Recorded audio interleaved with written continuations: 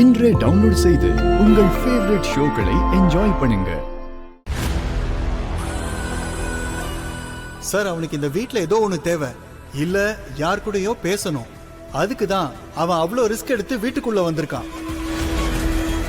அந்த ரூம்ல எதுக்கு அவ்வளோ நேரம் இருந்தான்னு நமக்கு தெரியணும் சார்.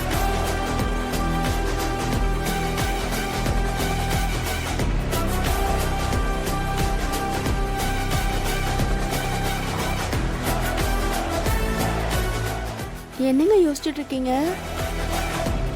அந்த போலீஸ் ஆபீசர் சொன்னதை பத்தியா?